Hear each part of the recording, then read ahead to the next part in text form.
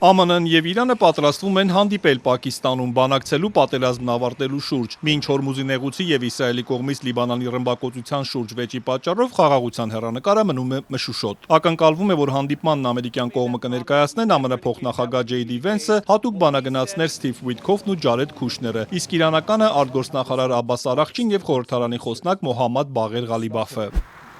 Դեռ պարզ չէ բանակցությունները կսկսվեն այսօր թե վաղը, սակայն մայրաքաղաք Իսլամաբադում այսօր եւ վաղը ոչ աշխատանքային օրեր են հայտարարվել։ Փակ է դեպի Կարմիր գոտի տանող գլխավոր պողոտան, որտեղ կարևորագույն կառավարական շենքերն են։ Նաեւ մեծ թվով անվտանգության ուժեր են տեղակայվել։ Նման միջոցառումներ սովորաբար ձեռնարկվում են դիվանագիտական խոշոր միջոցառումների համար։ Ու մինչ աշխարհն ուշի ուշով սպասում է, թե ինչ կբանակցեն կողմերը, ԱՄՆ նախագահը հայտարարել է, որ Իրանը մեջբերում շատ վատ աշխատանք է անում Հորմուզի նեղուցով նավթի անարգել անցումն ապահովելու հարցում։ Դոնալդ Թրամփը սոցցանցում դժգոհել է, թե դա նույնիսկ անպատվաբեր է եւ այն չէ, ինչի շուրջ համաձայնել են։ Կան լուրեր, որ Իրանը վճարներ է գանձում Հորմուզի նեղուցով անցնող տանկերներից։ Ավելի լավ է չանեն նման բան, իսկ եթե անում են, ապա ավելի լավ է հիմա դադարեցնեն։ Պատերազմի ողջ ընթացքում Թրամփը պահանջել է բացել Հորմուզի նեղուցը, որտեղով անցնում է աշխարհում սպառվող նավթի մոտ 20%-ը։ Թեհրանն էլ հայտարարում է, որ նեղուցն ամբողջությամբ կբացվի, երբ Իսրայելը դադարեցնի հարվածները Լիբանանին, իսկ մինչ այդ միայն սահմանափակ թվով նավեր են անցնում, այն էլ Իրանի հետ համակարգմամբ։ Իրանի նոր գերագույն առաջնորդը, որը պատերազմի առաջին իսկ օրը վիրավորվելուց եւ այս պաշտոնում ընտրվելուց հետո դեռ չի ներկայացել հանրությանը, երեք հերթական տեքստային ուղերձն է հղել, հայտարարելով, որ իրանական ժողովուրդը մեջբերում են վճռական հաղթանակ է տարել Միացյալ Նահանգների եւ Իսրայելի դեմ պատերազմում։ Պետական հեռուստաընկերությունով ընթերցված ուղերձում Մոջթաբա Խամենեին հայտնել է, որ Իրանը Հորմուզի նեղուցի կառավարման նոր փուլի կանցնի, սակայն չի մանրամասնել, թե ինչ է դա ենթադրում։ Խամենեին Իրանի հարավային հարևաններին հորդորել է չհավատալ մեջբերում եմ սատանայի խոստումներին ու ստերին, որը բաց չի թողնի նրանց նվաստացնելու եւ շահագործելու ոչ մի առիթ։ Նաեւ շեշտել է, Իրանը պատերազմ չի ուզում, սակայն կպաշտպանի իր իրավունքները։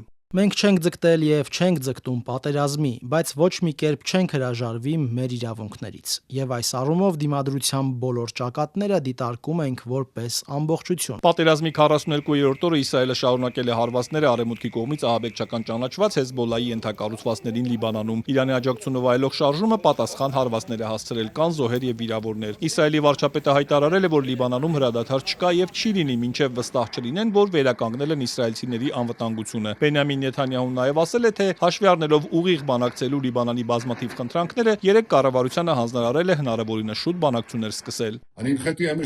Երկու նպատակի հասնելու համար։ Առաջինը Հեզբոլլայի զինաթափումն է, երկրորդը Իսրայելի եւ Լիբանանի միջև պատմական, կայուն խաղաղության համաձայնագիր կնքելը։ Ֆրանս պրես գործակալության տվյալներով բանակցությունները կանցկացվեն հաջորդ շաբաթ Վաշինգտոնում։